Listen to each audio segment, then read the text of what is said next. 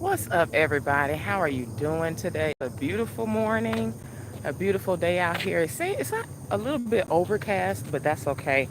I'm feeling real skinny today, girl. Y'all see me? Y'all see me with my abs out this morning? I'm feeling very skinny today. So, how is everybody doing? Shout out to all my womb sisters out there.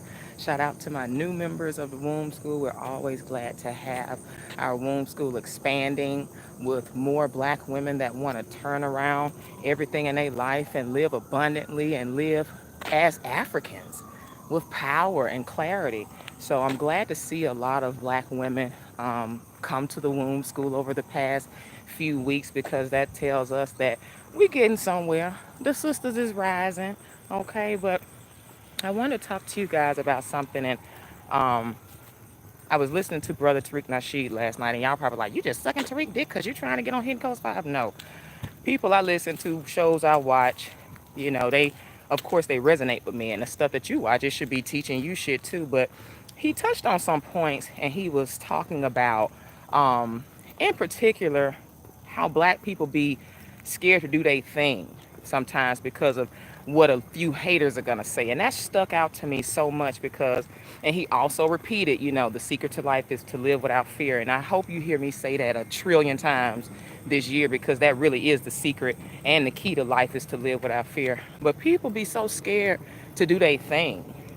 And this is why people are not rising to the occasion with what they want to do, how they want to live, because you're really scared of what your traumatized mom, aunts, cousins will say. Well, first, let me back up. You don't know that they're traumatized people. You don't know that they're traumatized people. You don't understand that your mama, she ain't never had a good outlook on life. And people go through their real shit. People have some real issues, real pain and drama and suffering that they have experienced in their life, and they're your mom, your aunts, your brothers. So these are the same people where you got to really, really be testy and be very intuitive about who you share your big dreams with. And people are scared to try stuff because in business, you know, 90% of business is having confidence, being clear about who you are, and trying new things. And so with those things I just thrown out, most people not doing that. They don't want to do that. Most people aren't trying new things. Most people are afraid to try new things, right? And having confidence. If 90% of business is having confidence, what then when you have a group of people that's traumatized and used to telling each other what they can and can't do and all this type of stuff? I used to be embarrassed. I had a little coon spirit in me because my mom is and was, still is a revolutionary woman and a brilliant genius. And I used to see her do so many things. She was a seamstress, a musician at the church. She was a church musician. She had the activism in the community. She had ICAC, Independent Kids Against Crime. And then she was doing the herbalist thing, and she was turning her health around and helping people. I was seeing her monetize all of these things, and it seemed like a big racket to me. I didn't appreciate it then like I do now because I never saw her go, quote unquote, work for anybody. I saw her have a job every once in a while, but she wasn't on that thing long. So I just remember saying to myself, I don't want to do that. So that's why I tried to hide as a flight attendant for a long time because I was really scared to try new stuff. At 18, I had this little business where I put together whole outfits from the thrift store, right? So I would get all my inventory from the thrift store and I would put together these pre-made outfits out of everything I made. And so I would sell the whole outfit for probably $40. It would include, glasses, the top, bottom, dress, accessories, all for $40. And so it was a great concept. And my mom, she encouraged me to try so many things. I was having little showings of all my little pieces in my mama's living room. And then I went to the flea market and did that. And that was at 18. And my mom really made us feel it was a double-edged sword because when we went off to school, her whole thing was, we came up in that network marketing era, MLM, Forever Living Products, and it gave you game and it taught you a lot. I mean, some of these products and opportunities, they're really good because you can parlay them into a lot of things. You can learn a lot about business. But anyway, I saw her do all those things, and we were used to talking about numbers and being millionaires and stuff. You know how it is, being a millionaire. My mom raised me to believe that was my divine right. So When I went off to school, she wasn't applauding for my brother who went off to school, and then he became a teacher, and then I became a flight attendant. And she was like, ain't no money in this. And my brother, I was thinking that 30,000 a year as a teacher was great. You know, and that 30,000 a year in Birmingham, that 30,000 a year starting point, she like, you can make that a month.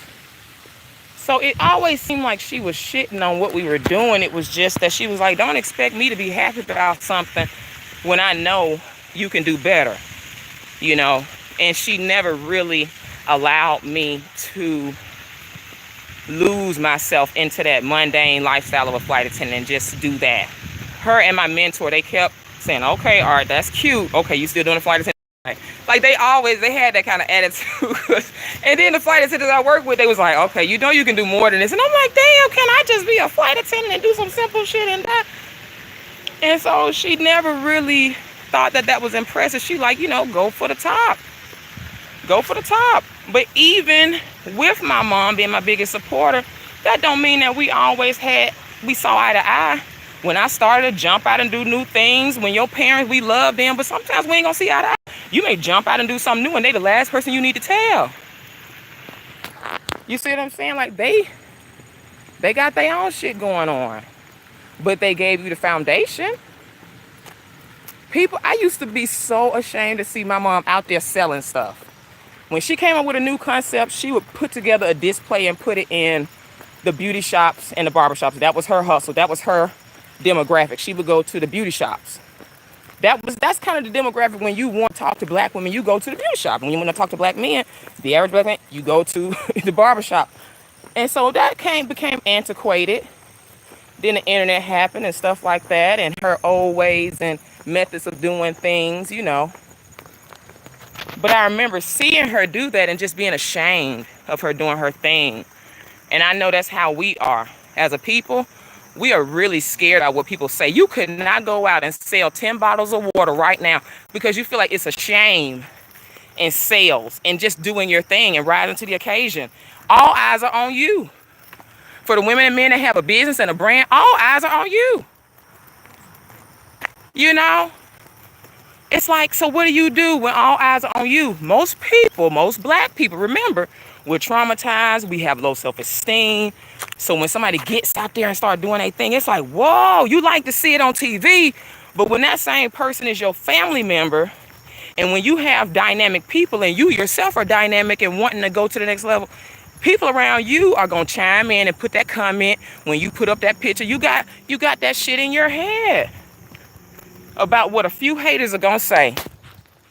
And you need to be throwing different concepts at the wall. I was talking to a sister the other day, and I talked to so many sisters and brothers, and I started to get an idea of what that hobby is, those things you really like to do, the way you really want your life to look. When we tear away what you think people gonna say and we get down to the bottom of who you are, now you telling me you like to cook, you telling me you like to sew, and I'm telling you what your gifts are.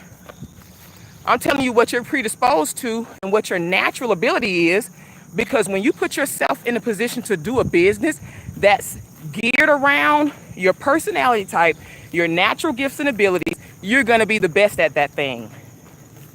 If you're a natural speaker, those Aquarians, those people that have air, and people that are not operating, even you like, man, I'm Aquarius, but I hate to talk. That's okay. You couldn't have told me I was going to be no writer either. You couldn't have told me I was going to be doing the things I'm doing now, because we haven't really tapped into those gifts and we can't rise to the occasion. We got all the tools that we need, but when it's time to show up, we on the stage cracking, you know? And so now you want to do something, you have all of these gifts and abilities, you don't know how to monetize them, you don't know how to ask people to be paid for what you're doing. You don't have the confidence for that yet. Oh, I ain't really set up no site, I ain't really set up, because you're not taking yourself seriously, because we live around people that say, oh, you know, I don't really charging for stuff. We have a problem with that in the black community still. And look at how poor we are. Look at how poor we are. So don't feel bad when You go to one to have this business concept and do this business, and you don't have what it takes to do it because you still not even comfortable asking people for money for your gift. You're not comfortable yet. You're waiting on permission. You're waiting on a certification.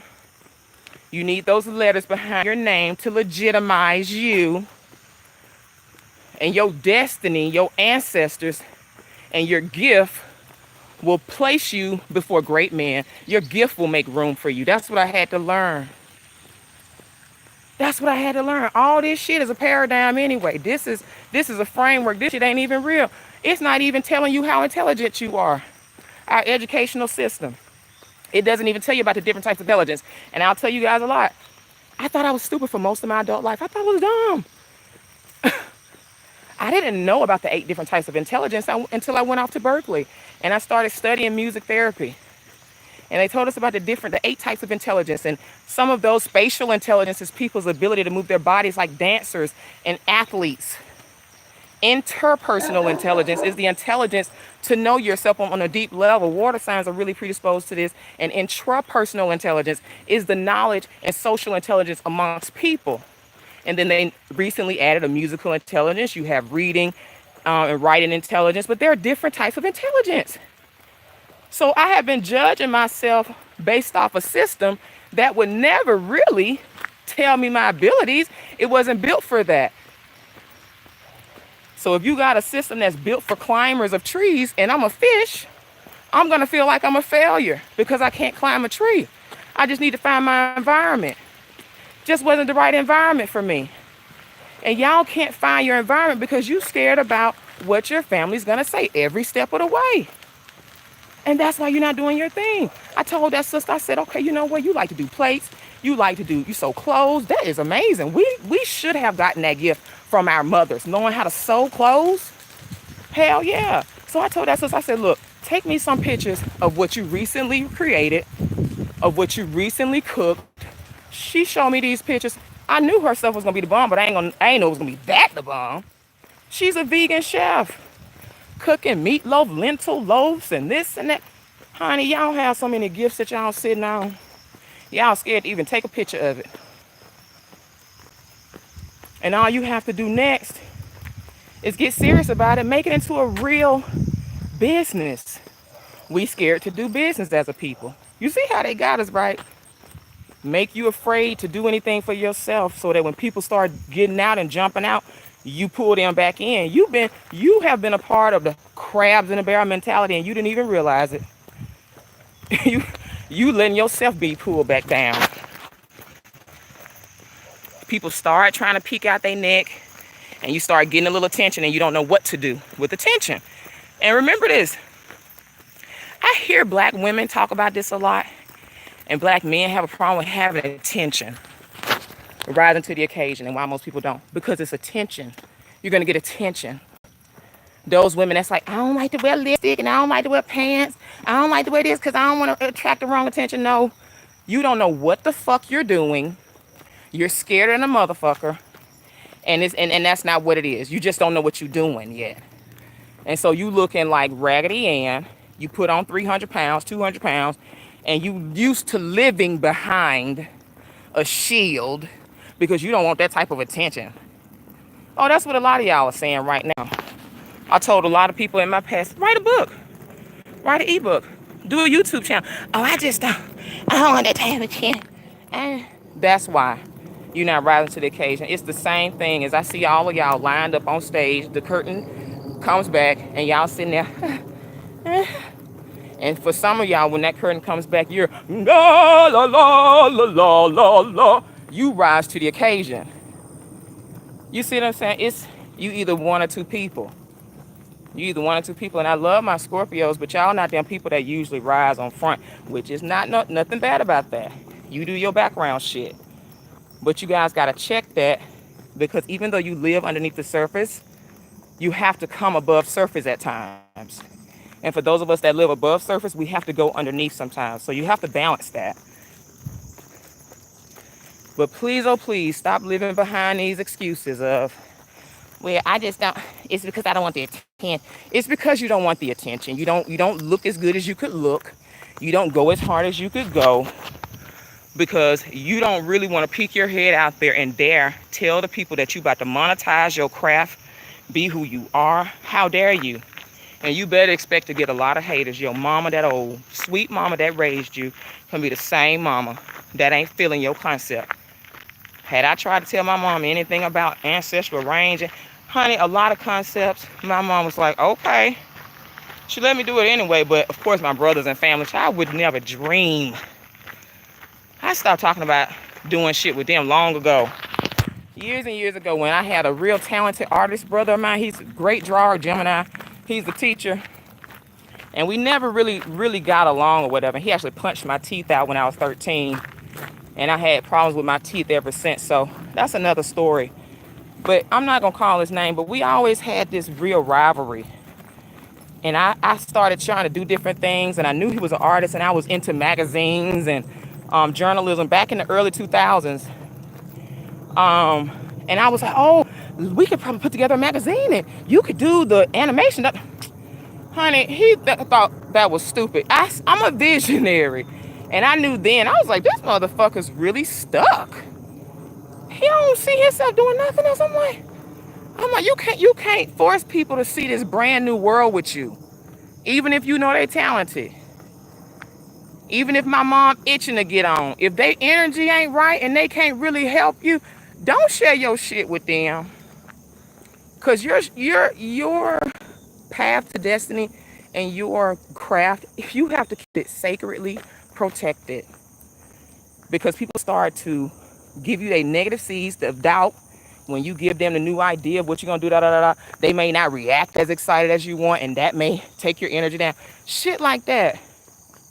But for a lot of you, it's that I don't want the attention. You don't even know how to get comfortable getting attention. Those that are okay with getting attention and saying who they are proudly and can declare that and can get online and say, this is what I do, XYZ. The power of public speaking, the power of having a presence, a public image. We haven't gotten trained with that. Y'all don't know nothing about charm school. Y'all haven't had performance experience, public speaking experience, none of that. And what you see is I've been doing this a long time, to be honest with you. So for a lot of y'all that's in your 30s and I've been on the stage holding a mic when people are looking, making a decision, saying this is who I am, going for broke. Y'all got to go for broke. You're afraid to fail. If I'm on stage, if you're a musician, you know how it is. If you sing, and you have a voice challenge, you got to keep fucking going. You got to keep going. Y'all don't know how to do that in life. Life is a huge stage. Hell, even Shakespeare tried to tell y'all that. And what was it? As You Like It. And all the world is a stage. And all the men and women are merely players. All the world's a stage. But you afraid to come out. Introducing into your name. And you come out. And you like, put your business, put your craft, your skills, monetize your shit. Find the right business model. This is stuff we're going to be talking about in Finding Your Fire. The art of having feminine grace and fearless game. That's what we're going to be talking about. Like, really finding the right business model for this. If you like to cook, if you like to sew, how do you make that into a business? How do you change your whole overall goddamn life to where you can now be a real business entity, jump off a fucking corporate plantation, get what you need, and have a wonderful partner to help you do it, because that's what we were actually made for. But if you're too scared to rise to the occasion and you scared of what people are going to say, that's what all of y'all are doing. Y'all scared. If I told you right now, okay, let's conceptualize your idea overnight, because you should. I told this one sister, okay, you're a drill sergeant. You need to have your boot camp. You need to have a drill sergeant boot camp type of situation where you're on women. And I told another woman she's been a great accountability partner. She's been really good with her weight loss success in the womb school. I said, you need to be a professional accountability partner, because you're good at staying on top of people, supporting people, getting with those details. This is my Virgo sister that's a drill sergeant. I was like, know what your gifts are and abilities are. My other sister, I said, be a professional AP, be a professional accountability partner. She's now going to get her personal trainer's license, and she took it to the next level. But this is who you are. When you are a fire person, you have a fire constitution, you're meant to be the champion, the motivator, the inspirer, the one that uplifts those. That's what's already in your chart, but you don't even know what the fuck you're sitting on. And then now you're scared to conceptualize it and make it into a brand overnight and go for broke. You don't have time not to. Okay, so let me get out of here. I hope you guys got something out of what was said. I love you guys. But yeah, we so scared to just ask, to say, this is what I'm doing. We put up pictures and say, this is what my service is, and I can see the fear in your eyes still. You're afraid to really look sexy and good. You need to polish up a little bit. Again, Scorpios can be bad at that. Y'all can be a little turned down. Fire people, we can do too much, but we're going to get your attention. But water people, they can pull you in, but sometimes when it comes to presentation, y'all be like, you know, it's this heaviness with y'all. It's like, oh, Lord. Same with earth people. Y'all be boring as fuck. Oh, Lord. Y'all need to work on pizzazz and creativity. Too rigid. And creatives that's got too many ideas, you need to work on having order. Because all those ideas and it doesn't have a coherent thought, we just looking at your page and your craft and your idea like, this is a crazy nut. It don't make no sense. It's just all over the place. So you need earth to have structure, order, and consistency. Okay, so anyway, this is what we're going to be going over week 1. You know, finding your fire, talking about your true talents and your gifts. And then we're going to be talking about how to monetize your craft. We scared to sell. Everybody needs to have a product. If you were in Jamaica, y'all would starve because everybody's doing their thing there. Selling something, hustling something. Like, what you selling? Beans, chips, fruit, clothes? Like, what are you doing? But you're afraid to put yourself out there. I noticed that because I ain't want to sell shit. I hated that part of any job. I hated that aspect to any job. Is selling? Like, oh, hell no, I'm not doing no motherfucking sales. Yeah, but see, what social media and what a brand is you have to be the face of the brand. An authentic brand is a brand that's built on the passion that's inside of you and your actual gifts. It's an extension of your gifts. So when you have a business and brand that's an extension of your gifts, it's an extension it's gonna help you fulfill the mission in which you incarnated with when you're working with the gifts that you incarnated with. And it's gonna be successful because no one can beat you at being you. But y'all are trying to do a framework. Y'all are trying to do a model. And then a lot of us aren't doing anything at all because we're scared. Okay, so let me get out of here, you guys. I love you. Thank you for subscribing. I got like 335 people. I think I'm doing the damn thing, okay? So let's have a great day. Rise to the occasion. When that damn curtain come back, you got to be ready to go for it. Hello, my baby. Hello, my darling. Hello, my ragtime.